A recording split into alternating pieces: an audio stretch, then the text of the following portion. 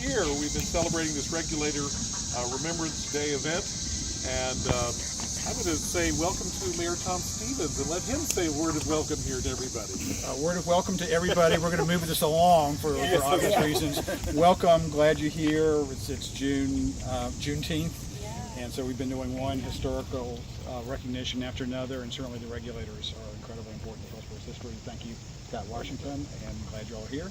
Absolutely. Take it away. And also the Alamance County Battlefield staff. We have Lisa Cox and Jeremiah DeGenero, the new site director there. If you've never been out to the Alamance County Battlefield, please do. In fact, Lisa has some wonderful things. Lisa's a descendant of the Regulators. Do we have other descendants of Regulators here today? My nephew. Wonderful. Oh, my nephew would be here. He's at a wedding, but Merle was his ancestor who was hung here. Yeah. Wonderful. All right. Well, we're here because on this date in 1771 is when Governor Tryon marched into Hillsborough and conducted a trial that was without a trial. Several men were were allowed to call witnesses, and they got off. And at that point, the governor shut down the proceedings. No more witnesses were allowed. The trial went forward. 12 men were convicted of high treason after the Battle of Alamance County, and these 12 men were sentenced to death. 6 of those sentences were set aside pending the king's pleasure, but 6 were executed right here in Hillsborough without benefit of a Bill of Rights or due process, something that many years later in 1788, when there's a constitutional convention, would play a part in the deliberations of those delegates as they remembered the sacrifice that so many made, especially two blocks away from the convention site, that would set the stage for why we have those first 10 amendments in the U.S. Constitution. So we're very happy to be here, and because of the unusual circumstances of weather, we are going to hurry things along a little bit.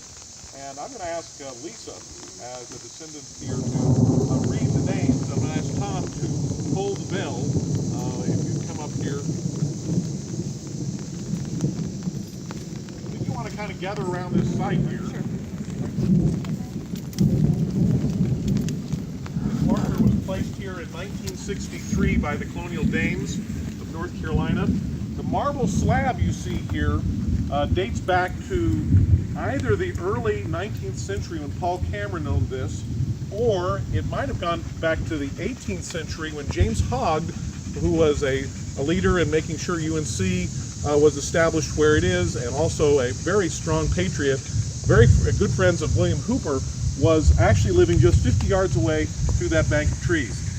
We're not sure of the exact date, but they wanted to make sure this was marked.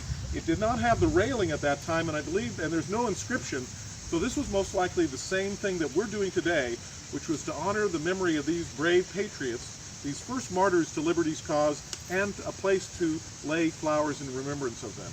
And I'm going to ask Lisa now to read the names as Tom will toll the bell.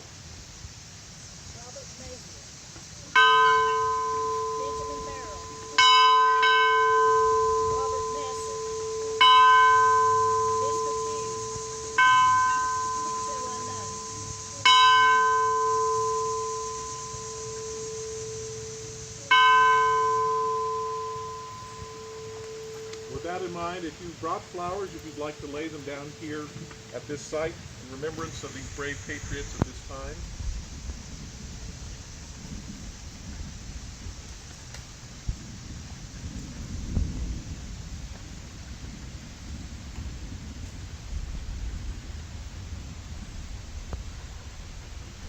And you're welcome to stay as long as you like, or as you have umbrellas. And we thank you all very much for coming to a significant event. And if you come back in December, you'll hear bells ringing all over town as we celebrate Bill of Rights Day. And we continue to remember the sacrifice that these people made, and so many made, that we might be free to assemble and to gather together and to have freedom of speech and legal fairness that we take for granted that other people in the world, as we see daily in the news, would love to have as well. Any last words, Mr. Mayor? It's raining. You don't want to hold on to those metal things. Thank you. Thank you very much.